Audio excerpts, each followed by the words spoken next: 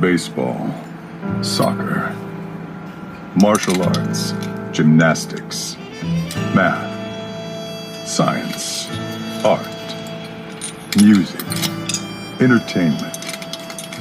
In every field, in every subject, there are the so-called prodigies.